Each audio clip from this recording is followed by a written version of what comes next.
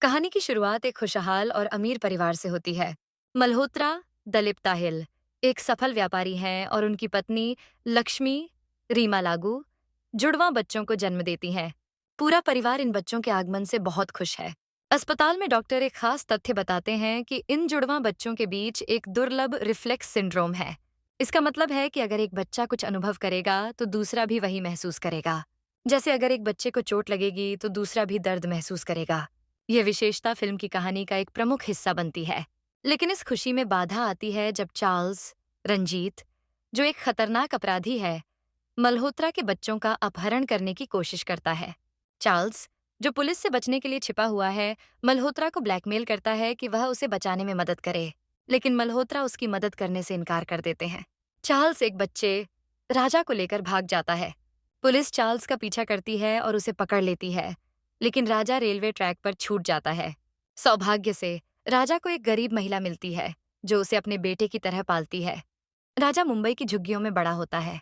वह गरीब लेकिन दिल से अमीर है। उसकी परवरिश मामा कादिर खान करते हैं, जो राजा के लिए पिता समान है। राजा का स्वभाव मस्तमौला है। वह मजाकिया, साहसी और थोड़ा शरारती है। राजा का जीवन साधारण है, लेकिन वह अपने इलाके में छोटे-मोटे गुंडों से भिड़ता रहता है। वह हमेशा सही के लिए खड़ा होता है और गलत के खिलाफ लड़ाई करता है। दूसरी ओर, प्रेम लंदन में अपने माता-पिता के साथ बड़ा होता है। वह सभ्य, पढ़ा-लिखा और शांत स्वभाव का है। प्रेम को संगीत में रुचि है और वह गिटार बजाने में माहिर है। प्रेम अपने माता-पिता का आदर्श बेटा है। वह अपने पिता के व्यवसाय को संभालने के लिए तैयार हो रहा है। उसकी परवरिश एक अनुशासित और सुरक्षित माहौल में हुई है। मल्होत्रा परिवार भारत वापस आता है। प्रेम अपने माता-पिता के साथ भारत आता है ताकि अपने परिवार के बिजनेस के काम देख सके। मुंबई में राजा और प्रेम के रास्ते बार-बार टकराते हैं। रिफ्लेक्स सिंड्रोम के कारण राजा और प्रेम एक दूसरे की हर भावनात्मक और शारीरिक प्रतिक्रिया महसूस करते हैं। जब राजा किसी को थप्पड़ मारता है, तो प्रेम को भी ऐसा महसूस होता है कि उसने किसी को मारा हो। जब प्रेम डांस करता है, तो राजा भी अनजाने में डांस करने लगता है। ये घटनाएं कई मजेदार और हास्यास्पद स्थितियां पैदा करती हैं। राजा की मुलाकात माला करिश्मा कपूर से होती है। माला एक तेज तर्रार लड़की है, जो राजा के मस्तमौला स्वभाव से प्रभावित होती है।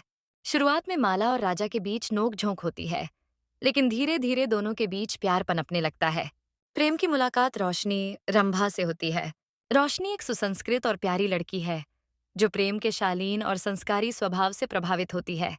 दोनों की मुलाकात संगीत के जरिए होती है, क्योंकि रोशनी भी संगीत में रुचि रखती है।